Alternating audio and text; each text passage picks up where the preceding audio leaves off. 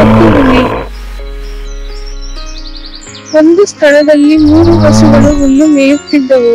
ಆಗ ಅಲ್ಲಿಗೆ ಹುಲಿಯೊಂದು ಬಂದಿತು. ಇಂದು ನಮಗೆ ಉತ್ತಮ ಬೇಟೆ. ಅಲ್ಲಿ ಒಂದು ಹಸು ಹುಲಿಯನ್ನು ಕಂಡಿತು.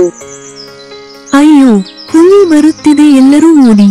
ಹುಲಿ ಹಸುವನ್ನು ತಿನ್ನಲು ಯತ್ನಿಸಿತು. 2 ಹಸುಗಳು ತಪ್ಪಿಸಿಕೊಂಡಿದ್ದು, ಒಂದು ಹಸು ಮಾತ್ರ ಹುಲಿ ಹಿಡಿದಿದೆ. ನನಗೆ ತುಂಬಾ ಹಸಿವಾಗಿದೆ, ನಾನು ಏನನ್ನು ತಿನ್ನಲಿದ್ದೇನೆ.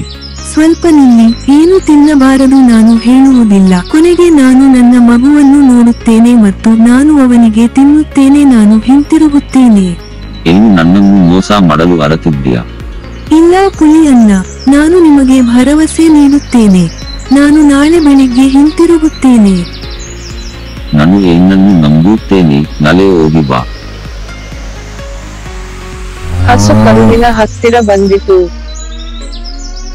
ಅಮ್ಮ, ನೀನು ಬರಲಿಲ್ಲ ಅಂತ ಚಿಂತೆಯಾಯಿತು, ಹೇಗೋ ಬಂದೆ.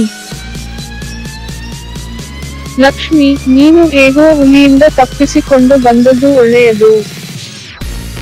ಇಲ್ಲ, ನನ್ನ ಮಗುವನ್ನು ಕೊನೆಯ ಬಾರಿಗೆ ಹಸಿವಿನಿಂದ ಮಾಡುತ್ತೇನೆ ಮತ್ತು ನಾಳೆ ಹಿಂತಿರುಗುತ್ತೇನೆ ಎಂದು ನಾನು ಹುಲಿಗೆ ಭರವಸೆ ನೀಡಿದ್ದೆ. ನನ್ನ ಮಗುವನ್ನು ನೀನು ನೋಡಿಕೊಳ್ಳಬೇಕು. ಮರುದಿನ ಬೆಳಿಗ್ಗೆ, ನಾನು ಹೋಗುತ್ತಿದ್ದೇನೆ, ನನ್ನ ಮಗುವನ್ನು ನೋಡಿಕೊಳ್ಳಿ.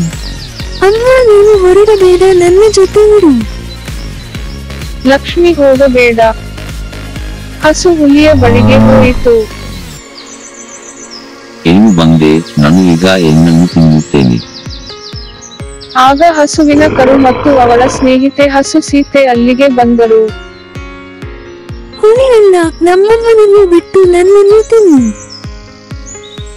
ಇಲ್ಲ ಇಲ್ಲ ಹುಲಿ ಸಹೋದರ, ನನ್ನ ಸ್ನೇಹಿತನನ್ನು ಬಿಟ್ಟು ನನ್ನನ್ನು ತಿನ್ನು, ನಿನ್ನ ಹಸಿವು ನೀಗುತ್ತದೆ. ಕರು ಮತ್ತು ಹಸುವಿನ ಗೆಳೆಯ ಸರದಿಯಲ್ಲಿ ಹೀಗೆ ಹೇಳುತ್ತಿದ್ದರು. ನನ್ನನ್ನು ಕ್ಷಮಿಸಿ, ಮೂವರ ಹೆಣ್ಮಕೃತಿಯ ಏಕತೆಗೆ ನಾನು ಅಷ್ಕರಪಡುತ್ತೇನೆ. ನಾನಾಗೆ ಏನನ್ನು ತಿನ್ನಲು ಮನಸ್ಸಾಗುತ್ತಿಲ್ಲ, ಹೋಗಿ ಸುಖವಾಗಿ ಬಲು. ತುಂಬಾ ಧನ್ಯವಾದಗಳು ಸಹೋದರ. ಈ ಕಥೆಯಿಂದ ನಾವು ಕಲಿಯುವುದೇನೆಂದರೆ, ನಾವು ಪ್ರಾಮಾಣಿಕವಾಗಿ ಮತ್ತು ಒಗ್ಗಟ್ಟಿನಿಂದ ಇದ್ದರೆ ನಮಗೆ ಒಳ್ಳೆಯದು ಸಂಭವಿಸುತ್ತದೆ. ಹುಲಿ ಚಿಕ್ಕ ಹುಡುಗಿಗೆ ಸಹಾಯ ಮಾಡಿತು. ರಿಯಾ ಶಾಲೆಯಲ್ಲಿ ಮನೆಗೆ ಮರಳಿದಳು. ಆ ಸಂದರ್ಭದಲ್ಲಿ ರಸ್ತೆಯ ಕಸಗಳು ಚೆಲ್ಲಾಪಿಲ್ಲಿಯಾಗಿದ್ದವು.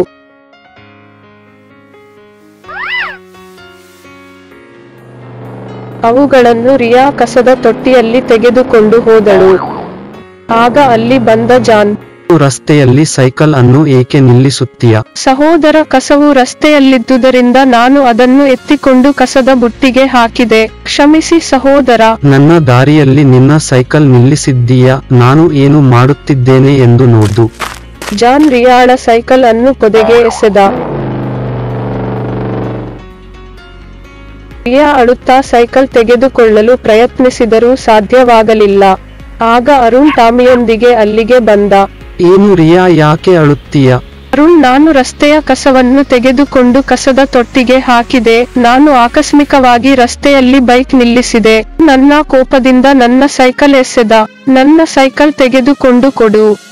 ಅರುಣ್ ಸೈಕಲ್ ತೆಗೆದುಕೊಳ್ಳಲು ಪ್ರಯತ್ನಿಸಿದರೂ ಅದನ್ನು ತೆಗೆದುಕೊಳ್ಳಲು ಸಾಧ್ಯವಾಗಲಿಲ್ಲ. ಆಗ ಅಲ್ಲಿಗೆ ಹುಲಿಯೊಂದು ಬಂದಿತು. ಅದನ್ನು ನೋಡಿ ರಿಯಾ ಹೆದರಿ ಅರುಣ್ ಹಿಂದೆ ಮರೆಯಾದಳು. ಹೆದರಬೇಡ ಹುಡುಗಿ, ನಾನು ನಿನಗೇನೂ ಮಾಡುವುದಿಲ್ಲ. ಅರುಣ್ ನನ್ನನ್ನು ಬೆಕ್ಕಿನಿಂದ ಹುಲಿಯನ್ನಾಗಿ ಮಾಡಿದರು. ಅರುಣ್, ನೀವು ಇಲ್ಲಿ ಏನು ಮಾಡುತ್ತಿದ್ದೀರಿ? ರಿಯಾಳ ಸೈಕಲ್ ತೆಗೆದುಕೊಳ್ಳಲಾಗಲಿಲ್ಲ, ಏನು ಮಾಡೋದು? ಅರುಣ್ ನನ್ನ ಬೆನ್ನು ಹತ್ತಿ ಸೈಕಲ್ ತೆಗೆದುಕೊಳ್ಳಿ. ಅರುಣ್ ಹುಲಿ ಹತ್ತಿ ಸೈಕಲ್ ತೆಗೆದುಕೊಂಡ. ಧನ್ಯವಾದಗಳು ಅರುಣ್. ಈ ಕಥೆಯಿಂದ ನಾವು ಕಲಿಯುವುದು ಏನೆಂದರೆ, ನಾವು ಇತರರಿಗೆ ಸಹಾಯ ಮಾಡಲು ನಮ್ಮಿಂದ ಸಾಧ್ಯವಿರುವ ಎಲ್ಲವನ್ನೂ ಮಾಡಬೇಕು. ಬುದ್ಧಿವಂತ ಕತ್ತೆ. ರಾಮನ್ ಅವರು ಕತ್ತೆಯನ್ನು ಸಾಕುತ್ತಿದ್ದರು, ಅದರೊಂದಿಗೆ ಇತರರ ಸರಕುಗಳನ್ನು ಮಾರುಕಟ್ಟೆಗೆ ಸಾಗಿಸುತ್ತಿದ್ದರು. ರಾಮನ್, ನನ್ನ ಉಪ್ಪಿನ ಮೂಟೆ ಅನ್ನು ಮಾರುಕಟ್ಟೆಗೆ ತನ್ನಿ. ಸರಿ, ನಾನು ತರುತ್ತೇನೆ. ಉಪ್ಪಿನ ಮೂಟೆಗಳನ್ನು ಮಾರುಕಟ್ಟೆಗೆ ಸಾಗಿಸಲು ರಾಮನ್ ದಾರಿಯಲ್ಲಿ ನದಿಯನ್ನು ದಾಟಬೇಕಾಗಿತ್ತು. ಕತ್ತೆಯು ಉಪ್ಪಿನ ಮೂಟೆದೊಂದಿಗೆ ನದಿಯನ್ನು ದಾಟಿದಾಗ ನದಿ ಆಳವಾಗಿತ್ತು ಮತ್ತು ಉಪ್ಪಿನ ಮೂಟೆಗಳು ನದಿಯಲ್ಲಿ ಕರಗಿ ತೂಕವನ್ನು ಕಳೆದುಕೊಂಡವು. ರಾಮನ್, ಏಕೆ ಉಪ್ಪು ಕಡಿಮೆಯಾಗಿದೆ? ಕತ್ತೆಯು ಉಪ್ಪಿನ ಮೂಟೆಯನ್ನು ಹೊರಲು ಹೆಣಗಾಡಿತು, ಮೂಟೆಯನ್ನು ನದಿಯಲ್ಲಿ ಮುಳುಗಿಸಿ ಉಪ್ಪನ್ನು ಕರಗಿಸಿತು, ಮತ್ತೆ ಅದು ಸಂಭವಿಸುವುದಿಲ್ಲ. ಮರುದಿನ ರಾಮನ್, ಪಂಚು ಮೂಟೆಗಳನ್ನು ಮಾರುಕಟ್ಟೆಗೆ ತನ್ನಿ. ನಾನು ತರುತ್ತೇನೆ. ಪಂಚು ಮೂಟೆಗಳನ್ನು ಒದ್ದೆಯಾಗದಂತೆ ತರಬೇಕು. ನಾನು ಸುರಕ್ಷಿತವಾಗಿ ತರುತ್ತೇನೆ. ರಾಮನ್ ತನ್ನ ಕತ್ತೆಯ ಮೇಲೆ ಪಂಚು ಮೂಟೆಗಳನ್ನು ಹೊತ್ತು ಮಾರುಕಟ್ಟೆಗೆ ಹೋದನು. ನಾನು ಉಪ್ಪಿನ ಮೂಟೆಗಳನ್ನು ನದಿಯಲ್ಲಿ ಕರಗಿಸಿದ್ದೇನೆ ಎಂದು ಅಯ್ಯ ಭಾವಿಸುತ್ತಾರೆ, ಆದ್ದರಿಂದ ನದಿಯಲ್ಲಿನ ಆಳವಿಲ್ಲದ ಪಂಚು ಮೂಟೆಗಳನ್ನು ತೆಗೆದುಕೊಳ್ಳೋಣ. ಹೀಗೆ ಯೋಚಿಸುತ್ತಾ ಕತ್ತೆ ನೀರು ಕಡಿಮೆ ಇರುವ ನದಿಯನ್ನು ದಾಟಿತು. ಪಂಚು ಮೂಟೆಗಳನ್ನು ನೀರಿನಲ್ಲಿ ನೆನೆಸಿಲ್ಲ. ನಮ್ಮ ಕತ್ತೆ ಪಂಚು ಮೂಟೆಗಳನ್ನು ಒದ್ದೆಯಾಗದೆ ಜಾಣ್ಮೆಯಿಂದ ನದಿ ದಾಟಿತು. ನಮ್ಮಲ್ಲಿರುವುದು ಬುದ್ಧಿವಂತ ಕತ್ತೆ. ಅಯ್ಯ, ನನಗೆ ತುಂಬಾ ಚಿಂತೆಯಾಗಿದೆ. ನಿನಗೇಕೆ ಚಿಂತೆ? ಅಯ್ಯ, ನನ್ನ ಬಳಿ ಹಣವಿದ್ದಲ್ಲಿ ನನಗೆ ಸಂತೋಷವಾಗುತ್ತದೆ ಮತ್ತು ನನ್ನ ಬಳಿ ಹಣವಿಲ್ಲದಿದ್ದಾಗ ನಾನು ಚಿಂತೆ ಮತ್ತು ಶಾಂತಿಯಿಂದ ಇರುತ್ತೇನೆ. ನಾನು ಶಾಶ್ವತವಾಗಿ ಚಿಂತೆ ಮುಕ್ತನಾಗಿರಲು ಏನು ದಾರಿ? ಈ ಕತ್ತೆ ಏನು ಮಾಡುತ್ತೆ ನೋಡು. ಕೊಳಕು ಬಟ್ಟೆ ಮೂಟೆಗಳನ್ನು ನದಿಗೆ ಹೊಯ್ಯುವುದು. ಕತ್ತೆಯ ಮುಖವನ್ನು ನೋಡು. ಕತ್ತೆ ಕೊಳಕು ಬಟ್ಟೆಗಳು ಹೊತ್ತಿದ್ದರೂ ಚಿಂತೆ ಇಲ್ಲ. ಸಂಜೆ ಈ ಕತ್ತೆ ನದಿಯಿಂದ ಹಿಂತಿರುಗುವುದನ್ನು ನಾವು ನೋಡೋಣ.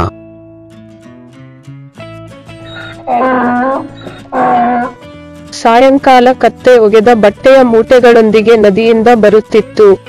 ಕತ್ತೆ ಈಗ ಏನು ಮಾಡುತ್ತಿದೆ? ತೊಳೆದ ಬಟ್ಟೆಯೊಂದಿಗೆ ಬರುತ್ತದೆ ಮತ್ತು ಅದರ ಮುಖವು ನಾವು ಬೆಳಿಗ್ಗೆ ನೋಡಿದಾಗ ಕತ್ತೆ ಮೂಟೆಗಳನ್ನು ಹೊತ್ತೊಯ್ಯುವಂತೆಯೇ ಇರುತ್ತದೆ. ಈ ಕತ್ತೆಯು ಕೊಳಕು ಬಟ್ಟೆಯನ್ನು ಹೊತ್ತುಕೊಂಡಾಗ ದುಃಖಪಡುವುದಿಲ್ಲ ಮತ್ತು ಅದು ಒಗೆಯುವಾಗ ಹೆಚ್ಚು ಸಂತೋಷ ಪಡುವುದಿಲ್ಲ ಎಂದು ನಾವು ಬದುಕಲು ಕಲಿಯಬೇಕು. ಈ ಕಥೆಯಿಂದ ನಾವು ಕಲಿಯುವುದೇನೆಂದರೆ, ಇತರರು ನಮ್ಮನ್ನು ದೂಷಿಸುವುದಿಲ್ಲ, ನಾವು ನೆಮ್ಮದಿಯಾಗಿರಲಿ ಇಲ್ಲದಿರಲಿ ಇದ್ದದ್ದರಲ್ಲಿ ನೆಮ್ಮದಿಯಿಂದ ಬದುಕುವುದು ಎಂದರ್ಥ. ಕತ್ತೆ ಮತ್ತು ಕರು. ಹಳ್ಳಿಯೊಂದರಲ್ಲಿ ಶಿವ ಎಂಬ ರೈತ ತನ್ನ ಜಮೀನಿನಲ್ಲಿ ಟೊಮೆಟೊ ಬೆಳೆಯುತ್ತಿದ್ದ ಮತ್ತು ಕರುವನ್ನು ಸಾಕುತ್ತಿದ್ದರು. ಒಂದು ದಿನ ಶಿವ ಟೊಮೆಟೊ ತೋಟಕ್ಕೆ ನೀರು ಹಾಕುತ್ತಿದ್ದ. ಆಗ ಕರುವು ಅವರಿಗೆ ಸಹಾಯ ಮಾಡಿತು. ಆ ಜಾಗಕ್ಕೆ ಒಂದು ಕತ್ತೆ ಬಂತು. ಟೊಮೆಟೊ ತೋಟ, ಟೊಮೆಟೊ ತಿಂದು ಬಹಳ ದಿನಗಳಾಯಿತು. ಇವತ್ತು ರಾತ್ರಿ ಬಂದು ಹೇಗಾದರೂ ತಿನ್ನೋಣ. ಆ ರಾತ್ರಿ ಕತ್ತೆ ಬಂದು ಟೊಮೆಟೊ ತಿಂದಿತು. ಟೊಮ್ಯಾಟೊ ತುಂಬಾ ರುಚಿಕರವಾಗಿದೆ ಮತ್ತು ನಾವು ಮತ್ತೆ ನಾಳೆ ಬರುತ್ತೇವೆ. ಮರುದಿನ ಬೆಳಿಗ್ಗೆ ಶಿವನು ತನ್ನ ತೋಟಕ್ಕೆ ಹೋದನು. ಯಾರು ಈ ಸಸ್ಯಗಳಿಂದ ಹಣ್ಣುಗಳನ್ನು ಕದಿಯುತ್ತಾರೆ? ಸರಿ, ನೋಡೋಣ. ಮತ್ತೆ ಮರುದಿನ ರಾತ್ರಿ ಕತ್ತೆ ತಿನ್ನಲು ಬಂದಿತು. ಆಗ ಕರು ಕತ್ತೆಯ ಬಳಿ ಬಂದಿತು. ದಿನನಿತ್ಯ ಇಲ್ಲಿಗೆ ಬಂದು ಟೊಮೆಟೊ ತಿನ್ನುವವರೇ ನೀವೇ? ಓಹ್, ಇಲ್ಲಿ ಟೊಮ್ಯಾಟೊ ರುಚಿಯಾಗಿದೆ. ನನಗೆ ಹಸಿವಾಗಿತ್ತು, ಅದಕ್ಕಾಗಿಯೇ ನಾನು ಇಲ್ಲಿಗೆ ಬಂದಿದ್ದೇನೆ. ಸರಿ, ತಿನ್ನು. ಕತ್ತೆ ಮತ್ತು ಕರು ಸ್ನೇಹಿತರಾದರು. ಹೀಗೆಯೇ ಕೆಲವು ದಿನಗಳು ಕಳೆದವು. ಕತ್ತೆ ಸದ್ದು ಮಾಡಿತು. ಗಲಾಟೆ ಮಾಡಬೇಡಿ ಕತ್ತೆ, ನಮ್ಮ ಬಾಸ್ ಬರುತ್ತಾರೆ. ಇಲ್ಲ ಕರು, ನಾನು ಚೆನ್ನಾಗಿ ಹಾಡುತ್ತೇನೆ, ನೀನು ಕೇಳು. ಸರಿ, ನಾನು ಹೋಗುತ್ತಿದ್ದೇನೆ, ನಂತರ ಹಾಡಿ. ಕರು ಸ್ವಲ್ಪ ದೂರ ಹೋಯಿತು. ಕತ್ತೆಯು ಕಿರುಚಿಕೊಂಡಿದ್ದು ಶಬ್ದ ಕೇಳಿದ ಶಿವ ಅಲ್ಲಿಗೆ ಬಂದು ಕತ್ತೆಯನ್ನು ಓಡಿಸಿದ. ಈ ಕತ್ತೆ ದಿನಾಲೂ ಬಂದು ನಮ್ಮ ತೋಟದಲ್ಲಿರುವ ಟೊಮೆಟೊ ತಿನ್ನುತ್ತದೆ. ಇನ್ನು ಇಲ್ಲಿಗೆ ಬರಬೇಡಿ, ಓಡಿ ಹೋಗು. ಈ ಕಥೆಯಿಂದ ನಮಗೆ ತಿಳಿಯುವುದೇನೆಂದರೆ, ದುಡಿಮೆಯಿಲ್ಲದೆ ಸಿಗುವ ಆಹಾರ ಬಹುದಿನಗಳವರೆಗೆ ಉಳಿಯುವುದಿಲ್ಲ. ಮಹಿಳೆಯರು ಕೃಷಿಯಲ್ಲಿ ಗೂಳಿಗಳೊಂದಿಗೆ ಸ್ಪರ್ಧಿಸುತ್ತಾರೆ. ಆಂಧ್ರಪ್ರದೇಶದ ಪಡನಪಲ್ಲಿ ಎಂಬ ಹಳ್ಳಿಯಲ್ಲಿ ರಾಮು ಎಂಬ ಬಡ ರೈತ ವಾಸಿಸುತ್ತಿದ್ದ. ಅವನ ಜಮೀನಿನ ಹತ್ತಿರ ಜನರು ಉಳುಮೆ ಮಾಡಲು ಎತ್ತುಗಳನ್ನು ಬಳಸುತ್ತಿದ್ದರು. ರಾಮು ತನ್ನ ಚಿಕ್ಕ ಜಮೀನನ್ನು ಉಳುಮೆ ಮಾಡಲು ಎತ್ತುಗಳನ್ನು ಖರೀದಿಸಲು ಹಣವಿಲ್ಲದೆ ಪರದಾಡುತ್ತಿದ್ದ. ಆದ್ದರಿಂದ ಅವನು ತನ್ನ 2 ವಿದ್ಯಾವಂತ ಹೆಣ್ಣುಮಕ್ಕಳನ್ನು ಎತ್ತುಗಳ ಬದಲಿಗೆ ನೇಗಿಲು ಎಳೆಯುವಂತೆ ಮಾಡಿದನು. ಅವಳು ತಮ್ಮ ತಂದೆಗೆ ಸಹಾಯ ಮಾಡುವ ಕೆಲಸವನ್ನು ಸಂತೋಷದಿಂದ ಮಾಡುತ್ತಿದ್ದರು. ಸ್ನೇಹಿತರ ಮೂಲಕ ಈ ವಿಚಾರ ತಿಳಿದ ಹಿಂದಿಯ ಹೀರೋ ನಟರೊಬ್ಬರು ಹುಡುಗಿಯರ ಶ್ರಮಕ್ಕೆ ಪ್ರತಿಫಲವಾಗಿ ಟ್ರ್ಯಾಕ್ಟರ್ ಒಂದನ್ನು ಉಡುಗೊರೆಯಾಗಿ ನೀಡಿದ್ದಾರೆ. ಅವರು ಅದನ್ನು ಸಂತೋಷದಿಂದ ಸ್ವೀಕರಿಸಿದರು. ನಂತರ ಟ್ರ್ಯಾಕ್ಟರ್ಗಳ ಮೂಲಕ ಕೃಷಿ ನಡೆಸಿದರು. ಟ್ರ್ಯಾಕ್ಟರ್ಗಳ ಮೂಲಕ ಬೇಸಾಯ ಮಾಡಿ ಅಧಿಕ ಇಳುವರಿ ಪಡೆದರು. ಸರಿಯಾದ ಸಮಯದಲ್ಲಿ ಸಹಾಯ ಮಾಡಿದ ನಟನಿಗೆ ಧನ್ಯವಾದಗಳು, ಅವರು ಹೇಳಿದರು. ಈ ಕಥೆಯಿಂದ ನಾವು ಕಲಿಯುವುದು ಇದನ್ನೇ. ಇದರರ್ಥ ನಾವೆಲ್ಲರೂ ನಮ್ಮ ಕೈಲಾದಷ್ಟು ಕಷ್ಟದಲ್ಲಿರುವವರಿಗೆ ಸಹಾಯ ಮಾಡಬೇಕು. ಮಾಂತ್ರಿಕ ಕೈಗಡಿಯಾರ. ಅರುಣ್ ಮತ್ತು ಅವನ ಅಜ್ಜಿ ಮಾರುಕಟ್ಟೆಗೆ ಹೋದರು. ಆಗ ಪಕ್ಕದಲ್ಲಿದ್ದ ಹಸು ಅರುಣ್ ಮೇಲೆ ಕಿರುಚಿದೆ. ಅಜ್ಜಿ, ಹಸು ನಮ್ಮನ್ನು ಕೂಗುತ್ತಿದೆ ಮತ್ತು ಹಸಿವಿನಿಂದ ಕಾಣುತ್ತದೆ. ಹೌದು ಅರುಣ್, ನಾವು ಆ ಹಸುವಿಗೆ ಹಣ್ಣು ಖರೀದಿಸುತ್ತೇವೆ. ಹಸುವಿಗೆ ಹಣ್ಣನ್ನು ತಿನ್ನಿಸಿದರು. ಅಜ್ಜಿ, ಎಲ್ಲಾ ಪ್ರಾಣಿಗಳು ನಾವು ಮಾತನಾಡುವಂತೆ ಮಾತನಾಡುತ್ತಿದ್ದರೆ ಅದು ತುಂಬಾ ಒಳ್ಳೆಯದು. ಯಾರೋ ಅವರು ಮಾತನಾಡುವುದನ್ನು ನೋಡುತ್ತಿದ್ದರು. ಸಹೋದರ, ಇದು ಮ್ಯಾಜಿಕ್ ಕೈಗಡಿಯಾರವಾಗಿದೆ. ನಿಮ್ಮ ಕೈಯಲ್ಲಿ ಇರುವವರೆಗೆ ನೀವು ಪ್ರಾಣಿಗಳು ಮಾತನಾಡುವ ಭಾಷೆಯನ್ನು ಅರ್ಥಮಾಡಿಕೊಳ್ಳಬಹುದು ಮತ್ತು ನೀವು ಪ್ರಾಣಿಗಳೊಂದಿಗೆ ಮಾತನಾಡಬಹುದು. ನಿಜವಾಗಿಯೂ ಧನ್ಯವಾದಗಳು ಸರ್. ಅರುಣ ಆ ಮಾಂತ್ರಿಕ ಗಡಿಯಾರವನ್ನು ಧರಿಸಿದ್ದಾನು. ಆ ಕ್ಷಣದಲ್ಲಿ ಕೆಲವರು ಕೂಗುವುದು ಕೇಳಿಸಿತು. ಎಂತಹ ಶಬ್ದ, ಏನು? ಜನರು ಅಲ್ಲಿ ಇಲ್ಲಿ ಓಡುತ್ತಿದ್ದಾರೆ. ಅಜ್ಜಿ, ಅಲ್ಲಿ ನೋಡು, ಆ ಮರಿ ಆನೆ ಗಲಾಟೆ ಮಾಡುತ್ತಿದೆ. ಹೋಗಿ ನೋಡೋಣ. ಇಲ್ಲಿಗೆ ಬಂದು ಗಲಾಟೆ ಮಾಡುವುದೇಕೆ? ಭಯಪಡಬೇಡ, ನಿಮಗೆ ಸಹಾಯ ಮಾಡಲು ನಾನು ಇಲ್ಲಿದ್ದೇನೆ. ನೀವು ಏನು ಮಾತನಾಡುತ್ತಿದ್ದೀರಿ ಎಂದು ನನಗೆ ಅರ್ಥವಾಗುತ್ತದೆ. ಇದು ಹೇಗೆ? ಈ ಮ್ಯಾಜಿಕ್ ಕೈಗಡಿಯಾರದ ಶಕ್ತಿಯಿಂದ ನಾನು ನಿಮ್ಮಂತಹ ಪ್ರಾಣಿಗಳೊಂದಿಗೆ ಮಾತನಾಡಬಲ್ಲೆ. ಈ ನಗರದಲ್ಲಿ ಕಳ್ಳನೊಬ್ಬ ನನ್ನ ತಾಯಿಯನ್ನು ಹಿಡಿದಿದ್ದಾನೆ. ನನ್ನ ತಾಯಿಯನ್ನು ಹುಡುಕಲು ನನಗೆ ಸಹಾಯ ಮಾಡಿ. ಆಗ ಅಲ್ಲಿಗೆ ಅರುಣನ ನಾಯಿಮರಿ ಬಂತು. ಈ ಮರಿ ಆನೆಯ ತಾಯಿಯನ್ನು ಹುಡುಕಲು ನಿಮ್ಮ ವಾಸನೆಯನ್ನು ಬಳಸಬಹುದೇ? ನಾನು ಸಹಾಯ ಮಾಡಬಹುದು. ಅರುಣ್ ಟಾಮಿ ಮತ್ತು ಮರಿ ಆನೆಯನ್ನು ಹುಡುಕಿಕೊಂಡು ಹೋದರು.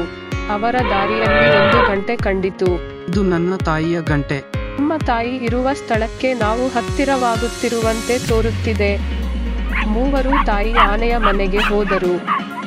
ಇಂದ ಈ ಎಲ್ಲ ಹಣ್ಣುಗಳನ್ನು ತಿಂದು ಈ ಎಲ್ಲ ಮರಗಳನ್ನು ಆ ಗಾಡಿಯಲ್ಲಿ ತೆಗೆದುಕೊಂಡು ಹೋಗು. ನಾನು ಹೇಳುವ ಎಲ್ಲ ಕೆಲಸವನ್ನು ನೀನು ಮಾಡಬೇಕು. ಆಗ ನಾನು ನಿನಗೆ ಊಟ ಕೊಡುತ್ತೇನೆ. ಅವನು ನಿನ್ನ ತಾಯಿಯನ್ನು ಹಿಡಿದಿರಬೇಕು. ಹೋಗಿ ಉಳಿಸೋಣ. ನೀವಿಬ್ಬರೂ ಆ ಕಳ್ಳನನ್ನು ದೂರವಿಡಿ. ನಿನ್ನ ತಾಯಿಯನ್ನು ಉಳಿಸುತ್ತೇನೆ. ಸರಿ. ತಾಯಿ ಆನೆಯ ಬಳಿ ಹೋದ. ಆನೆ, ನಾವು ನಿಮ್ಮನ್ನು ರಕ್ಷಿಸಲು ಬರುತ್ತಿದ್ದೇವೆ, ಬನ್ನಿ ಇಲ್ಲಿಂದ ಹೋಗೋಣ. ಅವರೆಲ್ಲ ಅಲ್ಲಿಂದ ಹೋದರು. ಅಮ್ಮ ಅವರೇ ನನ್ನ ಜೊತೆ ಮಾತನಾಡಿ ಆ ಮಾಂತ್ರಿಕ ಕೈಗಡಿಯಾರದ ಸಹಾಯದಿಂದ ನಿನ್ನನ್ನು ಕಾಪಾಡಿದರು. ತುಂಬಾ ಧನ್ಯವಾದಗಳು. ಈ ಕಥೆಯಿಂದ ನಾವು ಕಲಿಯುವುದೇನೆಂದರೆ ನಾವು ಯಾವುದೇ ಪ್ರಾಣಿಗೆ ಹಾನಿ ಮಾಡಬಾರದು. ಟೊಮೆಟೊ ವ್ಯಾಪಾರಿಗಳ ಯಶಸ್ಸು ಮತ್ತು ವೈಫಲ್ಯ. ಬೆಲೆ ದಿನದಿಂದ ದಿನಕ್ಕೆ ಏರಿಕೆಯಾಗುತ್ತಿದೆ. ಟೊಮೆಟೊ ದುಬಾರಿಯಾಗಿದೆ. ಇಂದು ನಮ್ಮಲ್ಲಿರುವ ಟೊಮೆಟೊವನ್ನು ಮಾರಾಟ ಮಾಡದೆ ಶೇಖರಿಸಿಟ್ಟು ಕೆಲವು ದಿನಗಳ ನಂತರ ಬೆಲೆ ಹೆಚ್ಚಾದಾಗ ಮಾರಾಟ ಮಾಡೋಣ. ಹೀಗೆ ಯೋಚಿಸಿದ ಸೋಮು ಮನೆಯಲ್ಲಿ ಟೊಮೆಟೊ ಶೇಖರಿಸಿಟ್ಟ. ಕೆಲವು ದಿನಗಳು ಕಳೆದವು.